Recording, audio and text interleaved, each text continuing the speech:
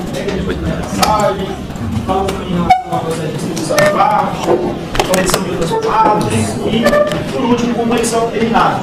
Beleza? Tá? Então, nós falamos sobre todo esse passo a passo. Tá? Agora nós vamos falar sobre um outro conceito que é a farmacodinâmica. Qual é a grande diferença das duas? Cinética e dinâmica, quem está dando uma olhada? O corpo lá, mas vai estar no corpo, é o corpo.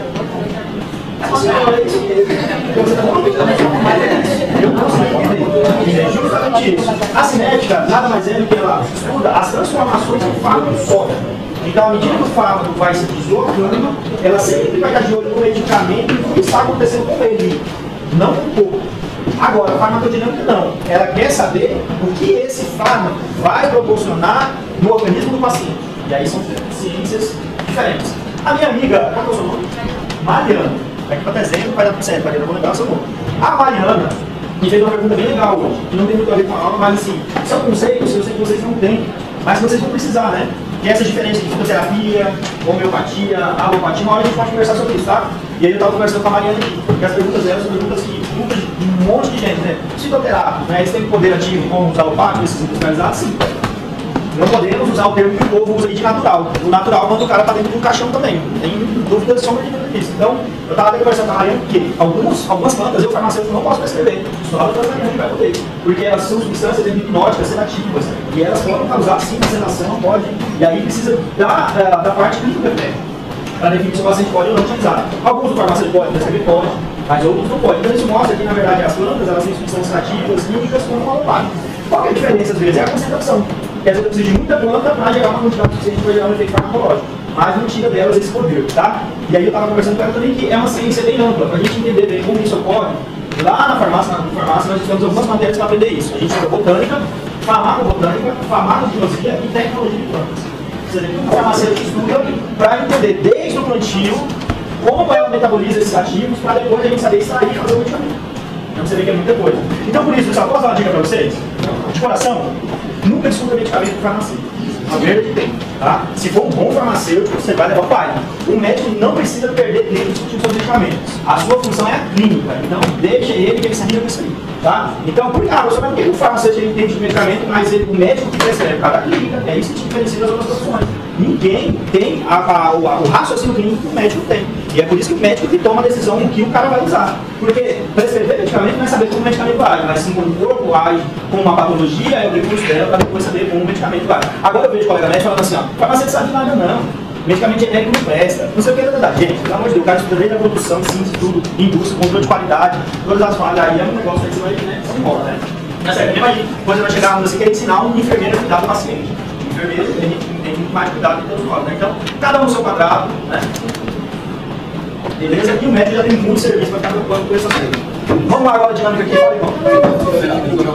Os homeopáticos, a homeopatia é uma ciência de médico, na verdade, ele não precisa falar como médico, né? Mas na verdade ele é um grande pensador, né? Hahnemann, já ouviu falar dele? O Hahnemann. A homeopatia vem de Hahnemann. E Hahnemann ele diz o seguinte, na teoria básica dele, que uma substância, quanto mais energizada ela estiver, mais poder farmacológico ela terá.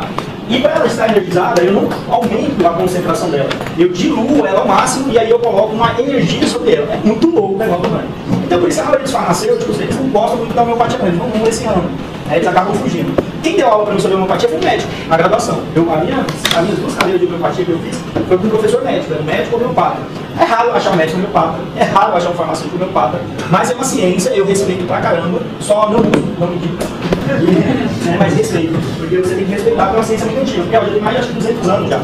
Né? Desde que Hahnemann começou a parte de todos os achados da homeopatia. Mas ela vai contra o que eu ensino para vocês. Porque é outro caminho. Se eu falo assim, ó, captopril de 50mg, 100mg é mais potente, doutora. Tá? A senhora pode intoxicar o seu paciente. E ele fala que tem que diminuir a concentração e aumentar a energia gerada sobre ele. Então a gente fala sucções, né? Ele vai agitando a molécula mais de 100 vezes até ela ficar energizada e gerar um efeito sobre o organismo. E aí ele compara moléculas iguais com moléculas iguais que tem no corpo. Então é uma teoria muito doida, né?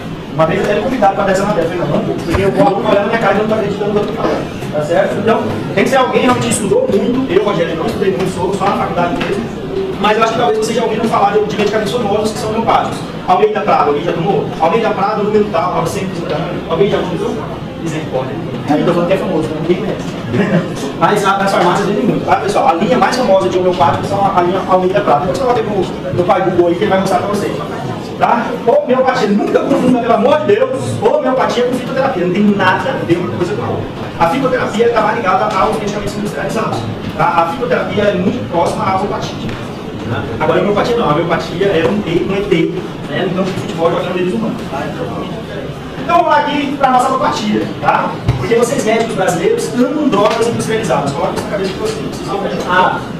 Então, na farmacodinâmica, ela traz um conceito de bioquímica, e vocês já me falaram que todos aqui são apaixonados por bioquímica, tá? Então vocês vão perceber que a farmacodinâmica tem muito a ver com a bioquímica e a biologia molecular, a parte mais molecular, a parte mais metabólica, a parte mais, como eu posso falar assim, fisiologia, ela vai realmente para entender o comportamento, muitas vezes, de uma cascata enzimática, de uma sinalização intracelular a partir da ativação de um receptor. Então, a farmacodinâmica é mais dessa forma. Vocês viram que a cinética não, né? A cinética é mais fisiologia mesmo, né? Para entender como o medicamento vai estar sendo encaixado. Agora aqui não, é uma questão mais molecular. Então, por ser uma questão mais molecular, de cara, você vê que a gente já pega um princípio bem basiquinho da bioquímica, que hoje a gente não usa tanto mais, porque essa teoria já mudou bastante, mas que é a teoria chave-fechadura, né? Eu sempre tento conceituar o seguinte: o medicamento é como se fosse uma chave e o alvo dele é como se fosse aquela fechadura famosa. Essa fechadura, ela pode ser situações diferentes no organismo, porque cada fármaco, que é essa chave, vai ter a sua fechadura ideal. E a fechadura nem sempre vai ser um receptor, tá? E é isso que nós vamos estudar aqui hoje. Porque pode ser um receptor, pode ser uma enzima, medicamento seria enzima. Medicamento pode se dar um transportador de membrana, um carregador de membrana, exemplos antidepressivos, né, fazem isso. Tá? Ou também pode se ligar a canais iônicos, né? Todo mundo estudou lá na parte de neurofisiologia a bomba de sódio e potássio, não foi? A bomba de sódio e potássio que conduz, né, até o final da axônia e muitas vezes faz com que ocorra exostose de neurotransmissores. Às vezes eu posso bloquear isso, porque eu não quero que o neurotransmissor seja liberado, eu não quero que o neurônio se comunique com o mundo, porque eu quero anestesiar o paciente. Eu quero diminuir o processo de uma convulsão de um paciente. Eu bloqueio um canal iônico. E a partir daí eu não tenho uma bomba de sódio e potássio. Então você percebe que o alvo do medicamento vai estar relacionado sempre a o que eu quero interferir no organismo. Eu quero mexer aonde? Porque o fármaco não traz algo novo. Guardem isso na cabeça de vocês. O medicamento ele não vai trazer uma via metabólica nova. Ele não vai interferir em algo novo no teu organismo. Não, ele vai interferir em algo que já existe. Já existe. Aí o que ele vai fazer? Ou ele vai potencializar algo que já existe, ou ele vai bloquear algo que já existe. Mas ele vai interferir em alguma coisa que o seu corpo já faz. Vou dar um exemplo aqui para vocês. Quando um paciente utiliza, exemplo, dexametasona, o que a dexametasona vai fazer? Ela vai ser um análogo daquilo que o seu corpo já faz, que é a produção de mineral corticoides. Você não produz cortisol, sim ou não? Todo mundo aqui não produz cortisol? Todo mundo aqui produz cortisol. Então, quando a gente administra um corticosteroide para o nosso paciente, eu só estou ofertando para o corpo dele aquilo que o corpo dele já produz. Beleza? Então, não tem nada de novo aí. Quando a paciente utiliza um anticoncepcional, o que é utilizar um anticoncepcional, pessoal? Quando ela está utilizando um anticoncepcional, o que ela está sinalizando para o organismo dela? Dou nenhuma, dou duas. Vai medir alguma ação.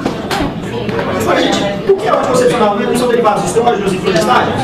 Exemplo, eu tenho um anticoncepcional, são derivados de estrógeno e derivados de progestágeno. Eu sou derivado de progestágeno, também pode ser só derivado de progesterona. Mas não são, a mulher não produz estradiol, esteroidestrona, os estrógenos, ela também não produz progesterona, então eu só estou ofertando o organismo dela porque ela já produz. Não tem nada demais. E o que esses análogos de hormônio vão fazer? Mimetizar aquilo que a progesterona e os estrógenos fazem. Né? Eles vão fazer um feedback negativo, vão inibir os hormônios ovulatórios, FSH e LH, e consequentemente vão diminuir lá a probabilidade de ter ali, né, um processo de ovulação. Então é algo que o organismo já faz, eu só estou agora potencializando isso. Agora eu também posso fazer o inverso. Exemplo, meu paciente tem colesterol alto, o cara tem dislipidemia. Daí o que acontece? Eu tenho duas situações em relação ao colesterol. Uma, a ingesta, que é aquilo que eu como, certo? E a segunda, o que eu produzo, porque o meu corpo também produz. Então eu tenho duas situações. Certo? E quando eu uso, por exemplo, um derivado de estatina, simvastatina, o que ela vai fazer? Vai bloquear a enzima chave da síntese de colesterol. Então eu não vou interferir em algo que é aleatório, é algo que já existe. Que é a enzima hidroximetil glutarico coadripase. É a enzima chave da síntese de colesterol. Aí eu bloqueio ela, não sintetizo colesterol. Então eu estou agindo em algo que o corpo já tem, já é conhecido, já se sabe sobre, tá? E aí, à medida que eu diminuo a síntese de colesterol endógeno, consequentemente, alguns níveis de colesterol vai eliminar. Certo? Então, só para deixar para vocês bem claro, que os medicamentos não mudam, eles vão fazer algo diferente da noite. Eles vão buscar um alvo já conhecido, já definido, e vai promover um bloqueio ou uma ativação sobre ele. E aí esses alvos podem ser enzimas, carreadores, canais iônicos ou receptores. Nós vamos estar falando sobre cada um deles. Agora, essa ligação é o que a imagem está mostrando para a gente. Essa ligação é um encaixe, como na bioquímica a gente gosta de falar, né? Um encaixe perfeito, na verdade? É um encaixe perfeito, específico. Eles precisam realmente ter uma especificidade nessa ligação.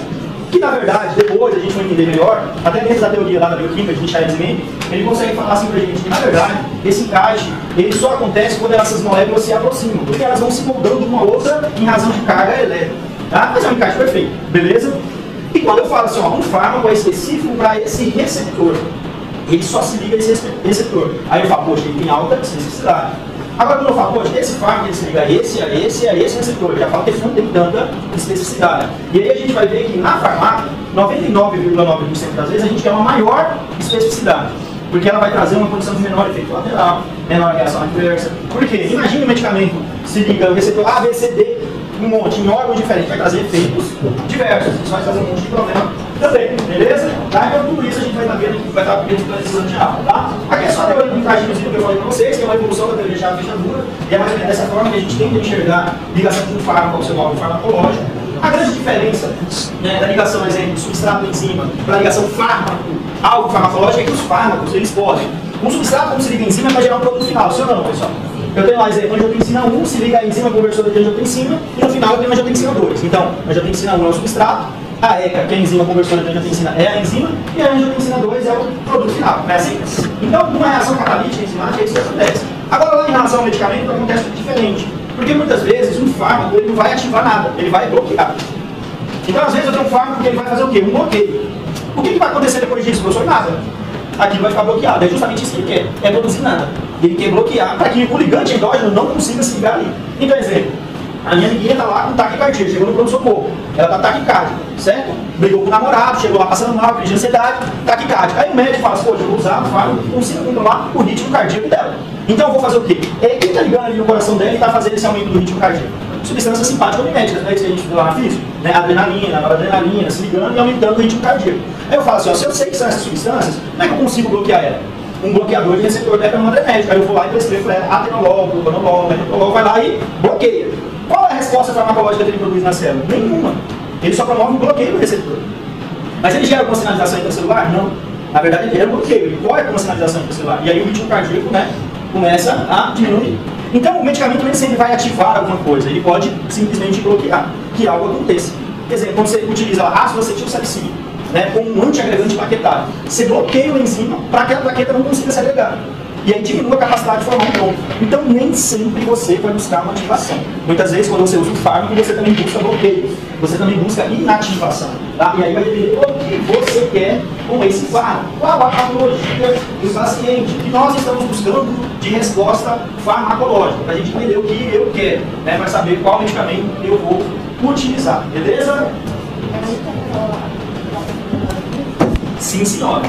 É aí que entra esse negócio de antagonista, agonista inverso, agonista total, parcial, antagonista competitivo, não competitivo, allostérico. E é isso aí. Você vai dar uma aula para mim, acredito que eu vou passar para vocês e ensinar sobre isso, tá bom? E agora aqui, entra outra situação que eu estava conversando com vocês, sobre os álbuns. Né? Quem são os álbuns? Né? Quais são os locais de ligação do medicamento? E aí na farmácia a gente fala o seguinte, ó, o fármaco é uma substância química, eu nunca posso esquecer isso, ele é uma droga, ele tem uma estrutura definida, certo? Quando aplicado no sistema fisiológico, ele vai afetar seu funcionamento de um modo específico. Ele pode afetar, como eu falei, ativando ou bloqueando. E aí você percebe que ele sempre vai fazer de forma específica, né? Eu sempre quero que o fármaco seja o mais específico possível. Nem sempre a gente consegue, tá? Os fármacos não são 100% específicos, mas a gente busca que ele seja o mais específico possível, tá? É isso que a gente quer dele. E aqui nós temos esses locais de encaixe de fármacos, que é basicamente o que nós vamos estudar, certo? Nós temos ali, deixa eu ver se eu tenho melhor que o mouse que o primeiro aqui, todo mundo está vendo o mouse está passando, ó. Então, está em rosa, são os queridos receptores, certo? E aí nós vamos falar bastante sobre os receptores. Vocês vão ver que o receptor é 80% da nossa aula de farmacodinâmica. Tá? Quase tudo está ligado aos receptores. Professor, por quê? Porque quando nós falamos receptor, é algo muito aleatório. Na verdade, existem vários tipos diferentes de receptores. Vocês escutaram sobre isso? Quais são os tipos de receptor? Isso, esse aí você está falando sobre o receptor de uma determinada substância endógena. Mas individualmente, molecularmente. Positivo e negativo. Positivo e negativo. Não. Também não. Canais, proteínas. Isso. Nós temos 4 tipos de receptores. A minha amiguinha deu um exemplo para mim aqui sobre pensando numa molécula endógena. Ela falou assim, isso aqui nos adrenérgicos. Tem os receptores adrenérgicos? Claro que tem. Os alfa e os beta, não é isso? Eu tenho alfa 1, alfa 2, vascular, eu tenho beta 1, beta 2, beta 3, beta 1, coração, 2, pulmão, 3, tecido adiposo. Então o que ela me falou foi assim, ó, eu sei que existem substâncias adrenérgicas que têm receptores específicos. Show de bola? Isso é importante para nós na farmácia? Demais. E aí, como eu já sei que vocês já estão sabendo tudo, eu fico aliviado, beleza? Tá certo? Porque aí vocês vão ter que saber não só adrenérgicos, mas colinérgicos, serotoninérgicos, gabaérgicos, glutamatérgicos e de todo mundo. Mas vamos ter que conhecer todo mundo aí. Então esse é o primeiro passo. Agora, segundo assim, aí eu faço uma pergunta para você. Beleza, você sabe que o receptor beta-1 ele é adrenérgico, mas ele é um receptor do tipo 1, 2, 3 ou 4. Ele é um canal iônico dependente de ligante, ou ele é um receptor acoplado à proteína G, ou ele é um receptor de tirosina quinase, ou ele é um receptor nuclear. E aí? Então é nesse pontinho que a farmácia nos pergunta. Por quê? Se você falar para mim, professor, ele é um receptor nuclear, eu, Rogério, já entendo que ele é um receptor de resposta extremamente lenta, que ele precisa ter uma transcrição gênica para gerar uma resposta fisiológica. Não seria um receptor tardio, que demora efeito, porém os efeitos dele são muito prolongados, porque ele interfere na transcrição gênica. Agora, se você falar para mim, não, professor, ele é um receptor de via rápida, ele é um receptor ionotrópico, ele é um receptor do tipo 1. Aí eu já sei que ele é um receptor acoplado no canal iônico. Então, entender sobre isso demonstra até para conseguir compreender qual será o nível de tempo e potência de resposta farmacológica. Porque imagina aqui comigo, ó, você está lá utilizando uma anestésia. A anestésia tem ação rápida, pessoal? Quando o anestesista ele induz a anestesia, ela demora 2 dias, depois de 2 dias a gente começa a cirurgia? Ou a gente faz o procedimento e em alguns segundos o paciente, apaga? Não é assim? Então será que é um receptor desses nucleares demorado ou será que é um receptor de via rápida? Que o medicamento às vezes está se ligando? É isso que eu preciso pensar. Então é a partir daí que a gente começa a definir que o padrão de distribuição desses receptores, né, estão condicionados ao padrão de resposta, de sinalização que eles nos trazem. Aí a gente precisa aprender um pouquinho sobre isso, beleza? Só que às vezes as coisas na farmácia elas gostam de complicar a vida da gente. E aí quando vai falar de receptores entre tipo 2, que são os metabotrópicos lá da proteína G, tem um monte de proteína G.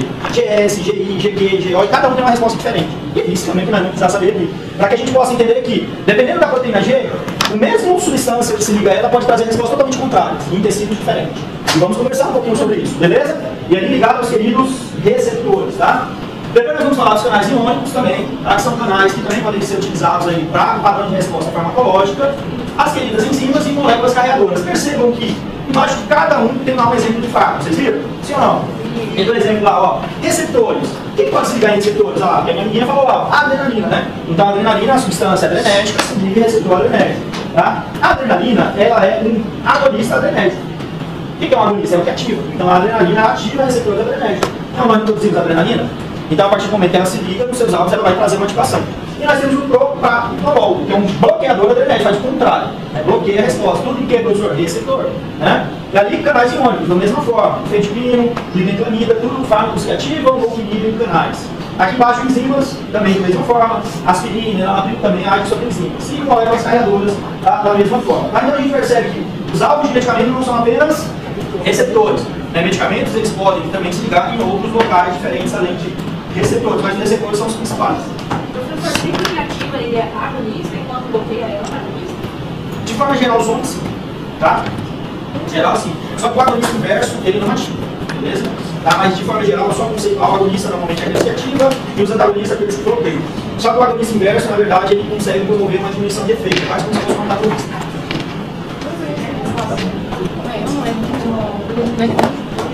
Ele falou, agonista ativa, protagonista não sei quem. Vai, às vezes, só não atirar. É porque o agonista. Tá, a gente vai falar um pouco sobre isso, tá? Mas aí é só bloquear, tem essa subclassificação, tá? De 1, 2, 3, tem essa subclassificação. Mas já não é um antagonista, né?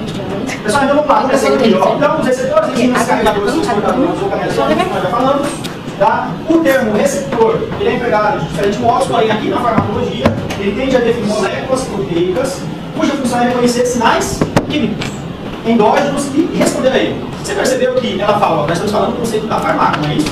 Da farmacologia, porque a farmácia tem uma visão um pouco diferente da bioquímica, da física, né? Então, o conceito da farmácia é moléculas proteicas cuja função é reconhecer sinais químicos do que, gente?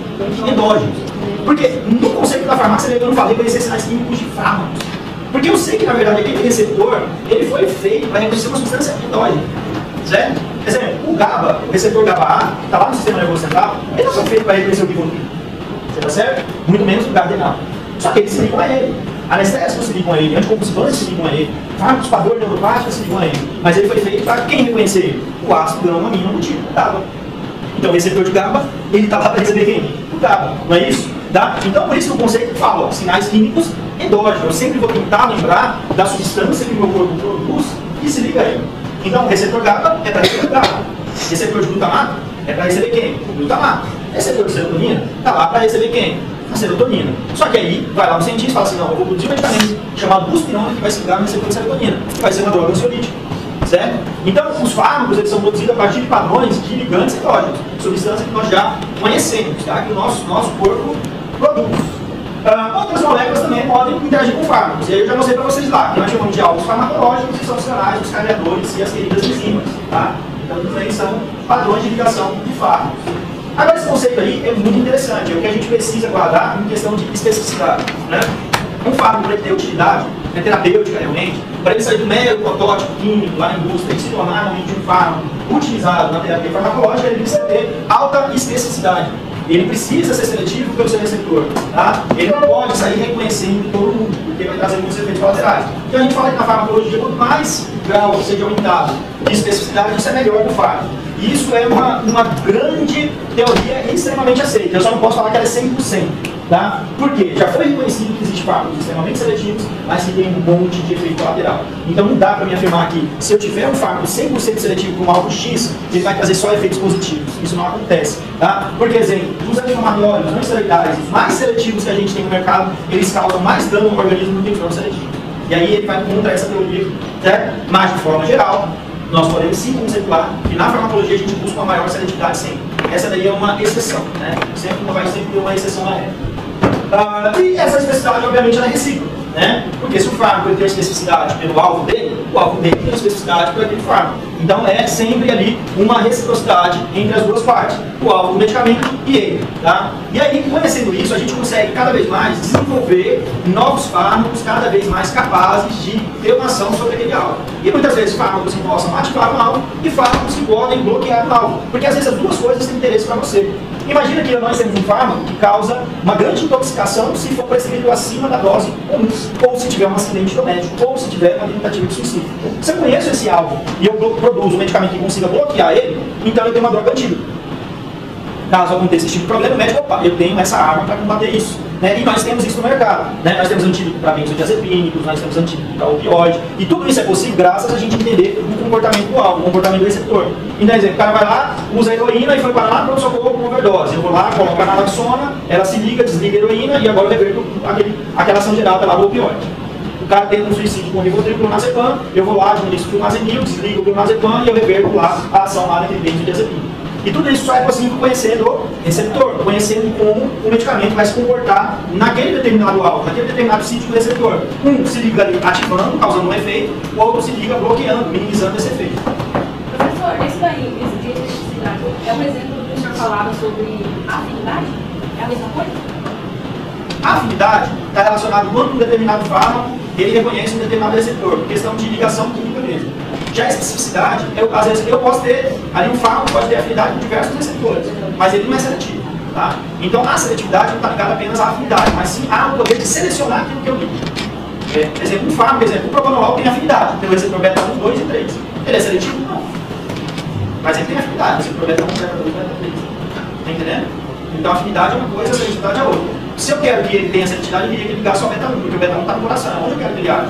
Quando ele se liga no beta 2 e beta 3, ele traz algo que eu não quero. Por exemplo, se você tem um paciente asmático, e se o propanolol liga no beta 2, ele vai fazer o quê? Broncoconstrição. E aí, será que asmático pode tomar propanolol? Não pode. Beleza? Tá claro? E aí, doutora Clara, tá entendendo? Perfeito, maravilha. Então vamos lá, continuando. Ó. Com isso, podemos enfatizar que o fármaco age com especificidade total. Tá? Nós buscamos que fármacos sejam mais seletivos, sejam mais específicos, mas nem é 100%. A gente busca ali próximo de 100%, mas todos eles têm algum efeito colateral, algum problema se ligar em algum outro alvo, trazer outro efeito adverso. Tá? Um exemplo de fármaco que não tem muita seletividade são os antidepressivos tricíclicos. Já ouviram falar sobre eles? Os antidepressivos tricíclicos? Vou lembrar aqui alguns nomes para vocês: amitriptilina, nortriptilina, imipramina. Então eles são antidepressivos tricíclicos. Só que eles são os primeiros antidepressivos, né? Os fármacos antigos, né? Os primeiros utilizados. E aí, com o tempo, o que se verificou lá? Os efeitos colaterais, né? Boca seca, alguns casos de constipação, tá? Eles trazem alguns efeitos, tá? Muitas vezes deletérios, então o paciente tem bastante efeito colateral. Aí o que a indústria fez? Foi buscando novos fármacos. E aí vieram os antidepressivos seletivos da recaptação de serotonina, os famosos ISRS, fluoxetina, paroxetina, sertralina, aquele povo lá. E depois vieram o seletivo de noradrenalina e também serotonina, a venlafaxina. E aí eles trouxeram mais seletividade, diminuíram os efeitos colaterais. Só que às vezes perde potência, né? Acaba perdendo potência farmacológica, mas ganha seletividade. Pode falar. O que é esse tricíclico que você está falando? Os antidepressivos? Isso. É porque ele fala que o termo tricíclico está relacionado aos anéis dele, é questão estrutural mesmo. Tá? Questão estrutural. Tá? Então, por exemplo, se eu tenho um antidepressivo tricíclico, eu tenho um antidepressivo seletivo da recaptação de serotonina, eu tenho um antidepressivo inibidor da monoaminoxidase, então cada um recebe um nome, de acordo com a estrutura, aonde ele explica, deles é cada estrutura. Tá? O senhor fala que é seletivo, porque ele é altamente específico? Ficou claro aqui, pessoal? Então, os tricíclicos têm baixa seletividade, mais efeitos colaterais. Tranquilo? Show de bola? Professor, então, ó, vamos lá, todo mundo aqui para tomar bastante cuidado, hein? Preste bastante atenção nessa informação. Professor, toda vez que eu tiver um fármaco mais seletivo, automaticamente aquele fármaco menos seletivo, ele perde poder de prescrição? Nem sempre. Então você tem que tomar muito cuidado com isso. Para não achar que veio um fármaco novo, aquele que é menos específico foi descartado. Ele não vai ser usado mais para nada. Tá? Cuidado com isso, porque não é assim que acontece. Essa classe aqui ela serve para que transtorno, pessoal? Essa classe também serve para que transtorno? Depressão, você está escrito aí, pelo amor de Deus, antidepressivo. Não é isso? Então, é um fármaco protótipo que foi direcionado à depressão. Mas também é usado para ansiedade, dor neuropática, profilaxia de enxaqueca, um monte de coisa. Mas é classe antidepressiva. Será que ele foi descartado para tudo? Não, ele foi descartado hoje como usado para depressão menor. Ansiedade generalizada. Agora, dor neuropática, fluoxetina não resolve. Ele é demais, ele é maravilhoso. Profilaxia da enxaqueca, os seletivos não são legais. Eles são topzera. Então você tem que entender que não é tudo que foi substituído. Para determinadas condições, agora os fármacos novos têm melhor indicação. Mas para certas situações, ainda eles são bastante utilizados. Tá? E isso serve, esse aqui eu estou colocando como exemplo, mas serve para outros fármacos também. Porque às vezes um fármaco antigo, que não tem tanta seletividade, ele continua sendo muito usado porque ele traz vantagem para determinadas condições. Certo? Ficou claro, gente? Beleza. Isso, eles são competitivos, tá? Nós vamos agora em cada um desses álbuns, ok? E aí nós vamos diferenciar eles e entender alguns exemplos de medicamento que atuam sobre cada um, certo? Coloquei aqui primeiro para a gente falar um pouquinho sobre os canais iônicos, tá? Então o próprio nome já diz, nós estudamos lá na física, biologia molecular, sobre esses canais, né? Os canais iônicos nada mais são do que cordões controlados transmembrana para selecionar um determinado íon a hora que ele vai entrar ou não, ou que ele vai sair ou não. Então nada mais é do que a membrana. Qual é a principal função da membrana? Selecionar. A membrana está ali para selecionar o que entra ou o que sai. Tá? E ela seleciona de acordo com característica físico-química de polaridade e também através dessas proteínas, transmembranas, esses carreadores e esses canais. Então ela consegue fazer uma seleção aí. Conhecendo isso, eu sei que determinados íons eles sinalizam determinadas funções intracelulares. Né? O cálcio tem um poder de sinalização importantíssimo. Magnésio também, sódio, potássio. Tá? Todos esses eletrólitos, esses íons têm funções específicas. Por exemplo, se você levou central, o cloreto é muito importante. É porque o cloro ele consegue entrar ali naquele canal do GABA. E é muito importante a questão de conseguir fazer um processo de ajuste de inibição do sistema nervoso central. Então, conhecendo o padrão de cada canal, a gente consegue entender que, para que eu possa ter uma ação sobre ele, basta eu conseguir um fármaco que consiga modular esse canal. E aí eu conseguir alguma resposta sobre ele. Mas só que tipo de resposta? Depende do que você quer. Você quer bloquear o canal ou você quer ativar o canal? Você quer que ele fique aberto por mais tempo ou você quer que ele fique fechado por mais tempo? Você quer ativar ou inativá-lo? Né? Qual tipo de modulação você quer exercer sobre ele? E aí é o fármaco que vai direcionar isso. Esse é o primeiro ponto. O segundo ponto é que esses canais não são iguais. Nós temos canais que controla ele é a carga residual de membrana. Então ele tem uma carga ali elétrica que é ela que vai fazer se esse canal vai estar aberto ou o canal vai estar fechado. Né? Exemplo que acontece na bomba de sódio e potássio. Né? Ela está totalmente condicionada com a polarização de membrana. O neurônio está polarizado ou despolarizado. É isso que vai direcionar aquele potencial de ação. Agora tem canais que eles estão ligados diretamente a uma substância endógena. Para ele abrir e fechar, quem vai direcionar isso não é uma carga residual de membrana, e sim algum ligante. O ligante vai se acoplar, vai modular ele e ele vai abrir ou fechar. Um exemplo, o canal iônico de cloreto. Quem modula a entrada do cloro no neurônio pós-sináptico é o GABA. À medida que o GABA se liga, ele modula o canal se abre, o cloro entra. O GABA não está mais presente, o canal se fecha, o cloro para de entrar. Então é o GABA que vai ficar te dando ali a regra se aquele canal de cloreto vai ficar aberto ou fechado, aberto ou fechado.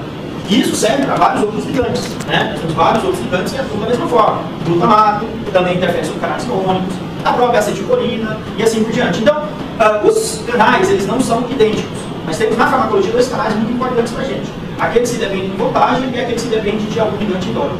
Então, medicamentos atuam nas duas situações, certo? a eficácia energética. Esses dois tipos, né? Voltagem e um específico. Os dois têm dados legais, não existe dependência se fala que tem uma propriedade para outra. Eles não, assim, nenhum vai ser um simples processo de passagem líquida, de fusão. Toda vez ele vai ter alguma mudança de conformação de membrana, né? Por exemplo, assim, alguns canais dependentes gigantes geram até algumas enzimas que estão ligadas à conversão de ATP, NP, então assim, sempre vai ter alguma coisa energética associada.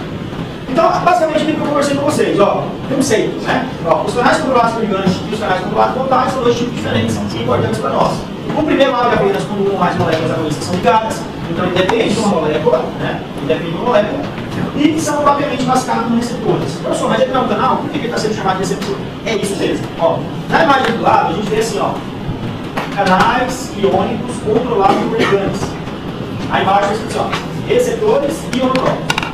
O canal iônico dependente de ligante, ele é chamado de receptor. Vou falar mais uma vez, hein, ó, todo mundo. Nós temos dois padrões de canais iônicos.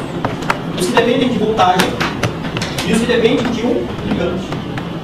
Os canais iônicos que dependem de voltagem, o nome dele é esse, canal iônico depende de voltagem, ele é um canal iônico. Ele não entra na classe dos receptores. Agora, o canal iônico que depende de um ligante endógeno, esse passa a receber uma outra nomenclatura. Ele é chamado de receptor ionotrópico ou receptor tipo 1. Está aqui. Beleza?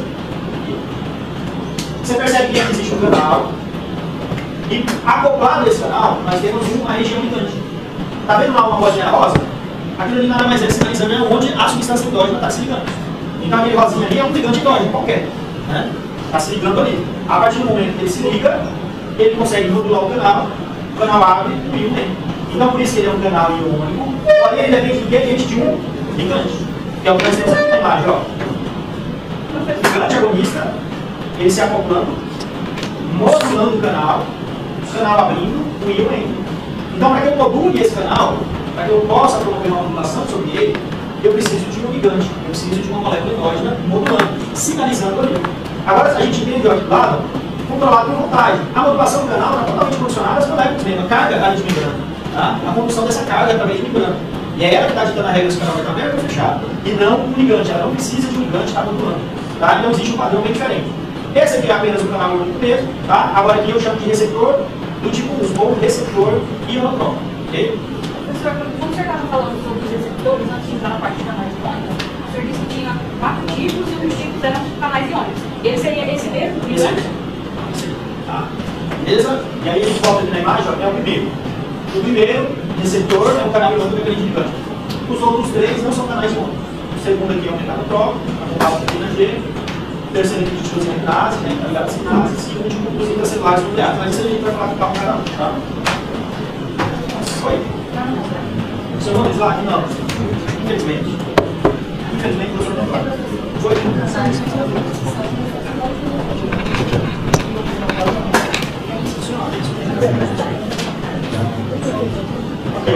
Tá na imagem, deixa eu pegar uma imagem maior, acho que eu tenho.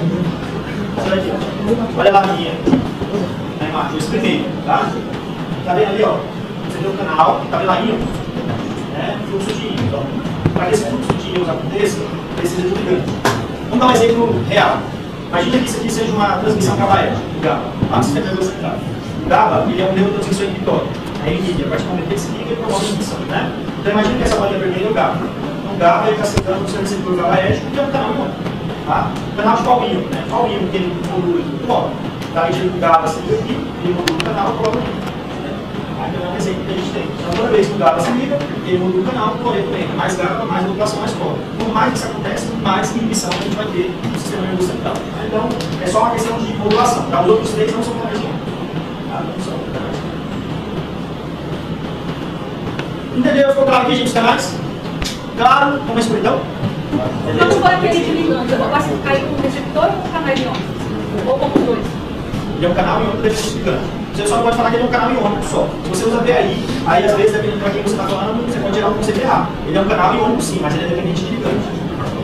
É isso. Se você não usa a palavra completa, você vai falando o conceito correto. Sim, mas aí eu classifico ele como receptor, tipo um receptor ionotrópico. Ele é um receptor. Tá? Mais alguém? Tranquilo, irmão? Fechou? Então, beleza. Aqui as nossas enzimas. As enzimas também são alvos de medicamentos. Qual que é a função da enzima mesmo? Que nós conversamos já bastante sobre isso? ela promove o processo de acelerar uma reação que o nosso organismo proporciona, né? Gastando pouca energia, certo? E botando uma velocidade que vai gerar uma condição fisiológica para a gente. Se não tivesse elas, a gente teria muitos problemas de metabolismo. Okay? Então a enzima tem um papel vital, né, dentro desse processo. E por essas enzimas, sendo proteínas extremamente importantes, elas também passam a ser alvo de medicamento. Porque muitas vezes uma enzima ela define todo o processo de metabolismo. Né? Lembra lá que eu falei da HIG-coagulase? Hidróxido, metil, glutacoase, uma enzima importante, porque ela é a enzima chave do metabolismo de lípidos. Ela é uma enzima reguladora. Então eu sei que se eu bloqueio ou ativo ela, eu consigo proporcionar, né, um efeito sobre todo o processo de metabolismo de gordura. Então ela é uma enzima importante. Outra situação que a gente vê que são os exemplos que slide traz, ó, captopril, medicamento extremamente conhecido, não é? Tá? O captopril, que é um medicamento isolado de veneno de jararaca, ele atua sobre a enzima. Uma enzima também, que é a ECA, enzima conversora de angiotensina. Eu tenho certeza que lá na fisiologia vocês estudaram muito esse sistema, tá? Porque ele é um sistema que sempre lá na física a gente estuda bastante. Porque ele é um sistema gigante e que regula muita coisa. Ele regula a parte de bulimia, ele regula a parte de vasodilatação, vasoconstrição, ela impacta sobre débito cardíaco, fração de ejeção, tem um monte de coisa associada sobre o sistema. E o fármaco, né, o único medicamento que consegue interferir sobre esse sistema. Né? Por quê? Porque tem uma enzima importante, que é a ECA, a enzima que converte a angiotensina 1 em angiotensina 2. Né? Então, exemplo, um único medicamento bloqueando um sistema tão importante. Tá? Então, fármaco como algo enzima.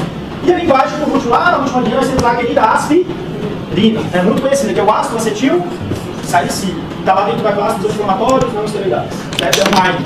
E ela também se liga, esse medicamento também se liga à enzima. Só que aí já é uma outra enzima, que é a ciclooxigenase. Né? Só que não é qualquer ciclooxigenase, é a ciclooxigenase 1, que está presente lá nas plaquetas. Certo? Por exemplo, eu tenho uma enzima dentro da plaqueta que consegue pegar o ácido araquidônico e converter ele em tromboxano A2. Esse tromboxano ele faz a agregação das plaquetas. Não é assim que a gente for coagulação? Você tem toda aquela cascata, produz fibrina, malha de fibrina, vem a plaqueta e forma um trombo, não é assim? Então o que o medicamento faz? Inibe a agregação das plaquetas e dificulta a formação de trombo. Então imagina um paciente que tem um evento isquêmico, um infarto, e aí você utiliza o medicamento para evitar a formação, né, de novos trombos. Ou um paciente que tem um alto risco cardiovascular, você já usa antes mesmo do paciente ter qualquer problema. Então é um medicamento que atua sobre uma enzima importante aqui também. Agora qual que é a diferença dos dois que o slide está falando para a gente? O tipo de ligação. Isso é muito importante na farmácia. Você tem que deixar bem grandão no seu caderno assim. A forma com que o fármaco se liga ao seu alvo, a intensidade de ligação, a forma de ligação, ela vai determinar potência de resposta farmacológica. Professor, como assim? Se eu tenho um fármaco que ele se liga de forma competitiva, o que é competir? Eu estou competindo com ela. Certo? Nós dois queremos passar na porta, a gente vai ter que conseguir passar primeiro e vamos competir. Então é uma competição. Agora imagina assim, se eu tenho um fármaco que é um competidor, ele sempre vai falar assim, ó, a substância endógena está aqui, ele está aqui, os dois. Eles competem, por quê? Pelo alvo. Então quem tem maior concentração, maior afinidade vai ter ligado. Então eles vão ficar o tempo inteiro brigando. Mas normalmente quando eu olhar para o alvo, o que eu vou ver? Eu vou ver algumas moléculas endógenas ligadas e algumas moléculas de fármaco ligadas. Não é assim? Porque eles vão dar um tempo inteiro competindo? Então é isso que eu vou ver. As duas situações. Agora quando eu tenho, por exemplo, um ligante, tá, que ele se liga nesse alvo de forma irreversível, não tem competição. Porque depois que ele se liga, ele fala que ninguém tira. Tá? Vou ficar acoplado aqui. Isso muda o padrão de resposta farmacológica? Será que muda, gente? E aí eu falo para vocês assim, ó, o captopril, ele se liga à enzima conversora de angiotensina de forma uma ligação competitiva. Ele promove uma ligação de competição. Ele vai competir com a angiotensina 1, ver quem vai se ligar. Beleza? Agora eu falo assim, ó, o ácido acetil salicílico, ele se liga na coxa subplaquetária de forma irreversível. Ele não promove competição. Será que gera uma resposta farmacológica mais duradoura? O captopril ou o ácido acetil salicílico? Aspirina. Você está entendendo? Por que isso é importante, pessoal? Por que isso é importante a gente saber? Na clínica, na prática da nossa.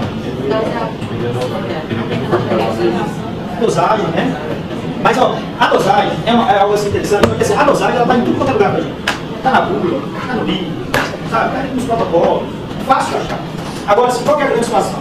Se você sabe que a ligação é reversível, você parou de usar o medicamento, parou de usar, quanto tempo vai demorar o seu organismo, no caso do seu paciente, né, ele voltar a sintetizar uma quantidade de óxido suficiente para manter uma agregação plaquetária basal?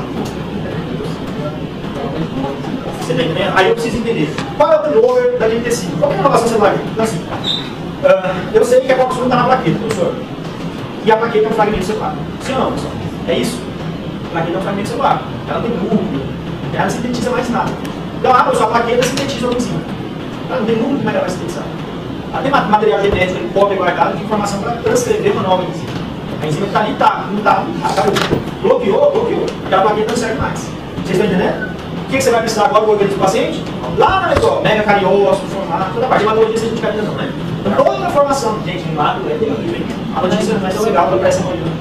Mas em macro é complicado. Eu preciso, depende desse processo hematopoético todinho, isso demora uns 10 dias. Então a doutora Clara está com um paciente que ela marcou cirurgia para daqui 2 dias. Só que aí a doutora Clara percebeu que ele usa ácido acetil salicílico na última momento que ela foi ter com o paciente lá, passar a visita do paciente. E o paciente não tinha falado, ela não sabia que o outro colega médico prescrevia, e esse paciente tinha lá um risco e estava utilizando já há algum tempo. A doutora Clara fala assim, não, suspende, medicamente a gente vai remarcar assim. Certo, Clara? Então isso é importante, isso faz parte, tá? Para que você possa entender. E outra coisa também, muitas vezes, isso traz pra gente assim também. Às vezes o fármaco tem uma meia vida curta, ele fica muito bem. A corrente sanguínea, que foi o que eu falei lá na cinética para vocês, mas ele gera uma duração de resposta farmacológica, taquicárdia, por causa disso, para um tipo de ligação.